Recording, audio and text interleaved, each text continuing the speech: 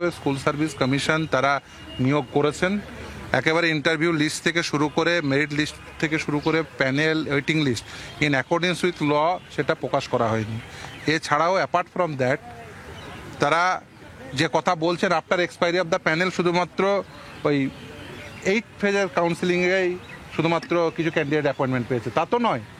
Second ফেজের পরে যতগুলো কাউন্সিলিং হয়েছে সব after expiry of the panel. আমরা বলেছি নির্দিষ্টভাবে যে দেখুন এই প্রসেসে ভুল রয়েছে, এই প্রসেসে নিয়ম বহির্ভূতভাবে এই প্রসেসে তারা নিয়োগ করেছেন। এবং শুধু তাই না, আমি নির্দিষ্টভাবে দেখিয়েছি যে কিভাবে এই যে স্কুল সার্ভিস কমিশন এবং বোর্ড যে ডাটা দিয়েছে এই সুপ্রিম কোর্টের সামনে, সেই ডাটাও মিসম্যাচ রয়েছে। একদিকে স্কুল সার্ভিস কমিশন বলছে 5,485 জনকে তারা ইললিগাল অ্যাপয়েন্টমেন্ট দিয়েছে, অন্যদিকে বোর্ড বলছে 5,189 জন।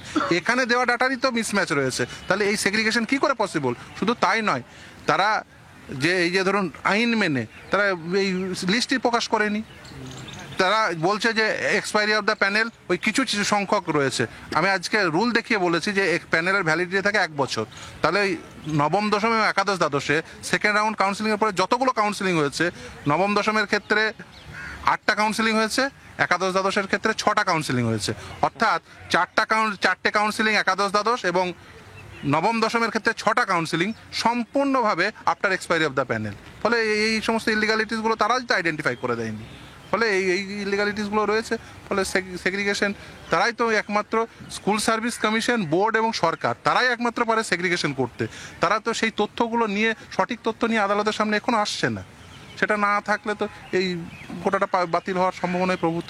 দাদা, আজকে আরজি করের মামলাতে আমরা দেখেছি যে নির্যাতিতার বাবা মা বলেছেন যে তারা ফাঁসি চান না, কিন্তু অপরদিক থেকে তৃণমূল বা কল্যাণ বন্দ্যোপাধ্যায়ের মতো নেতারা তারা বলছেন যে এক্ষেত্রে যদি এক্সেম্পলারি পানিশমেন্ট দেওয়া না হয় তাহলে এই ধরনের অপরাধ বারবার হবে। আর যিনি নির্যাতিতা তার পরিবার তারা ফাঁসি চাইবেন কি চাইবেন না এটা বিষয় না, সমাজ চাইবে, সরকার চাইবে।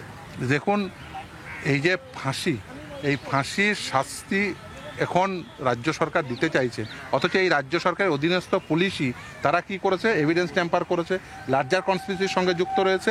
এটা তো আমরা সিবিআইয়ের প্রথম এভিডেভিটে দেখেছি।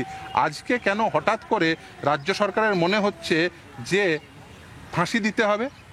তাহলে সেই সময় যখন এভিডেন্স ট্যাম্পার করা হয়েছিল সেই সময় মনে হয়নি যে সর্বোচ্চ শাস্তি দিতে হবে? এখনো পর্যন্ত